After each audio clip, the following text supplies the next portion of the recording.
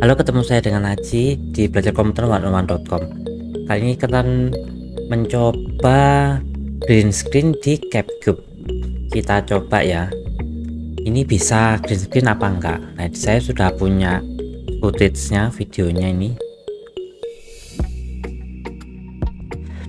Nah, ini video. Dan ini contoh green screen yang kurang bagus ya.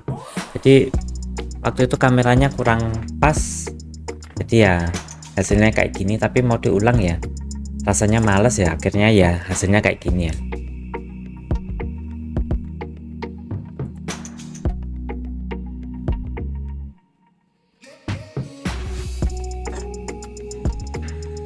Oke, ini langsung kita drag aja ke timeline di sini.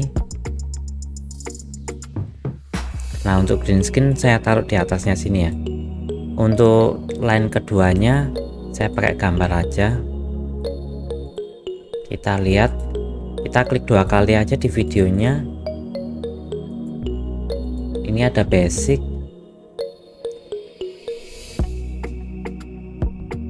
lumayan ya.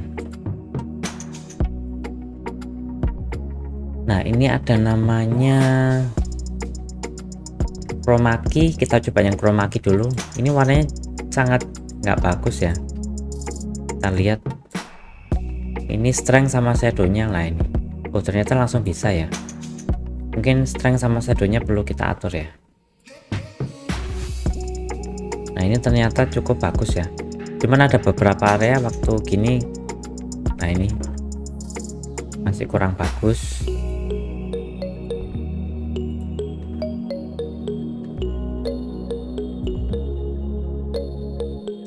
Di sini dimulai dari perencanaan. Nah, kalau kita full screen gini, Sederhana. nah ini kurang bagus ya. Nggak seberapa bagus. Jadi waktu play ada goyang-goyangnya. Ini mungkin pengaruh waktu rekamnya kurang bagus ya. Dan juga green screennya kurang green.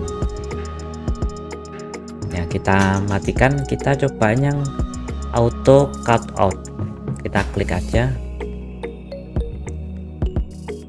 Ini mungkin sedikit proses ya, Traveling ya, tapi hasilnya cukup bagus ya. Walaupun proses gini, kita maximize. tapi ini Nah, ini mungkin ada hijau-hijau dikit, tapi masih lebih bagus dari yang chroma key tadi.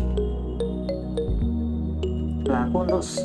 Nah, ternyata cukup mudah ya di CapCube. Tapi yang paling penting Anda harus ngerekamnya harus bagus ya. Kalau ngerekamnya kurang bagus kayak gini, contohnya ini bayangan untuk di matanya di sebelah sini tawan banget ya. Ini harus kita atur lagi biar enggak ada shadow di matanya sini. Ini kurang bagus ya hasilnya. Nah, tapi untuk green screen ternyata bisa di CapCube. Oke, sekian dulu green screen di CapCube. Sampai ketemu di video saya selanjutnya. Dah.